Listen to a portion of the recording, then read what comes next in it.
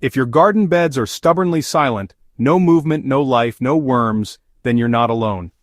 Many gardeners face the same frustrating reality. They've added compost, watered regularly, maybe even mulched, and still, their soil remains dead, dry, compact, lifeless. And worst of all, not a single earthworm in sight. But here's the twist. Earthworms don't just show up because you wish for them. They come for three things: food, moisture, and shelter. If even one is missing, they'll pass right by. That's why today, we're going to fix that. Right now, you'll learn how to build what I call an underground humus trap. A small but powerful in-ground system that doesn't just attract earthworms, but gives them a reason to stay, reproduce, and transform your dead soil into living black humus, the kind that smells like the forest floor after rain. This isn't about tossing random scraps into the dirt and hoping for the best. It's about giving nature a blueprint. You'll learn how to balance moisture, pH, and food in just the right way, so even the driest clay or sand bed becomes a worm-friendly oasis. This method works in raised beds, neglected corners, and even in old garden soil that's been sitting untouched for years. Let's dig into it. The first step in building your underground humus trap is choosing the right location. While it might be tempting to go for the most visible or accessible spot, pick an area that stays somewhat shaded and cool during the day. Earthworms are moisture sensitive and their entire life cycle depends on consistent humidity. Avoid sun-blasted sections of your garden that dry out quickly, especially if you live in a hot or windy region.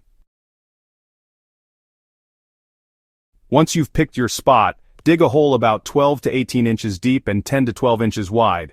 This is going to serve as the chamber, the womb essentially, for the humus-making process. Now comes the most crucial part, creating the perfect underground environment. Start by soaking a mix of brown and green organic materials. Greens include fresh kitchen scraps like cucumber peels, watermelon rinds, or even slightly rotted fruit. But, avoid citrus, onions, and garlic at this stage. They're just too harsh for the worms right now. Browns include things like shredded cardboard, dry leaves, or paper egg cartons. You want this mix to be moist, not soggy. A consistency similar to a wrung-out sponge is ideal. This gives the worms food and bedding all in one. If your soil is dead, it's probably acidic or alkaline out of balance. So, here's the fix. Sprinkle a light dusting of garden lime or crushed eggshells into the pit before adding the mix. This neutralizes excess acidity and creates a welcoming pH zone between 6 and 7, which is exactly where worms thrive. Layer the bottom of the pit with a handful of half-decomposed compost or forest soil if you can find some. This seeding layer adds beneficial microbes that help break down materials faster and signal to nearby worms that this area is biologically active. Then, pour in your moist food and bedding mix until the hole is nearly full. Top it off with a thick lid of soaked cardboard, a few inches wider than the hole itself. Press it down gently, then cover everything with 2 inches of mulch, straw, old leaves, or even dried grass.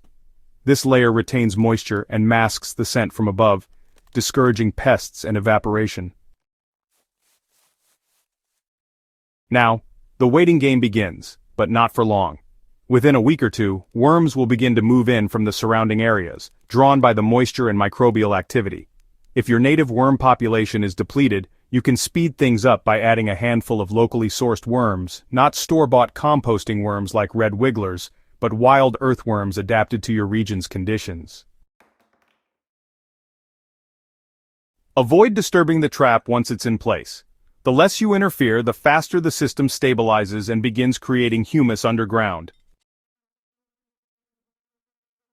Over time, the materials in the trap break down and mix with your native soil. What's left is not just compost, it's living humus, dark, rich, and full of microbial life. The worms create air channels, excrete castings, and aerate compacted zones as they tunnel in and out. What started as a small bait hole becomes the biological heartbeat of your garden bed. You can build several of these traps across a large bed or garden plot, spacing them out every 3 to 4 feet. Each acts like a fungal node, linking up the underground network of life.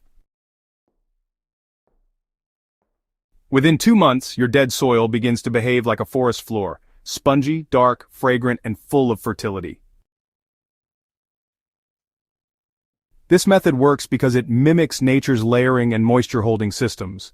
Forests don't till, they don't dump bags of fertilizer, and yet their soil is alive. The underground humus trap is your way of rebooting that natural intelligence in your garden. No tilling, no turning, no waiting for a compost pile to finish breaking down. And once your worms arrive and settle in, they'll take over the job of turning dead dirt into living earth. You'll find mushrooms sprouting, roots growing faster, and water absorbing more deeply with each rainfall. If you've ever struggled to bring life back to your garden beds, this method could change everything. It's low effort, low visibility, and high reward. The kind of technique you only need to set up once or twice a season, but the benefits last for years. Best of all, it works quietly underground. While you sleep, while you weed, while you go about your day, the worms and microbes are turning yesterday's scraps into tomorrow's humus. If you found this guide helpful, do yourself and fellow gardeners a favor. Subscribe to Hydro Haven and share this video with someone trying to revive their own dead soil. There's no reason to struggle with lifeless beds when nature already has the answer. Let the underground do the heavy lifting. Just build the trap and the worms will come.